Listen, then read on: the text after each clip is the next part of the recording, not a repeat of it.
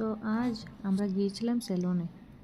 পাহির পাপা hair cut করবে, তো বাড়িতে আমরা বোর হবে বসে বসে, তাই ভাবলাম সঙ্গে চলে যাই, পাহিকে নিয়ে গেছি।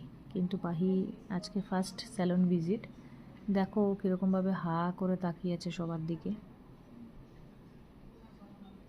কন্টিনিউয়াসলি ওর মুখটা ওপেনই ছিল, হা করা ছিল, সবাইকে দেখছে হা করে।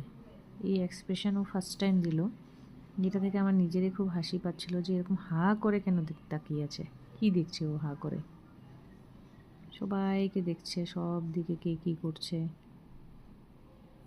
এরপরে যারা রিসেপশানে ছিল ওরা আসলো, ওকে হ্যালো বলল।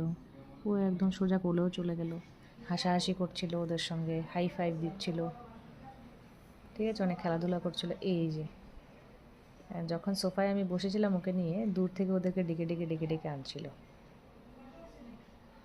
এই হয়েছে আমাদের একটুখানি ঘোরাঘুরি আর আউটিং ওকে নিয়ে। ফার্স্ট টাইম আমরা কোথাও বেরোলাম, কিন্তু ও খুব এনজয় করেছে। লাস্টে আমরা যখন বেরোচ্ছিলাম তখনও আবার সবার সঙ্গে ও দেখা করছিল, কথাবার্তা বলছিল। একটু মনে হচ্ছিলো যেমন আপসেট আছে আমরা বেরিয়ে যাব বলে, যদিও বুঝতে পারে না, হয়তো মনে হচ্ছিলো আমার এরকম। এই ছিল হেয়ার স্টাইলিস্ট অভিষেকের। তো আমরা আজকে খুব এনজয় করেছি তিনজন মিলে।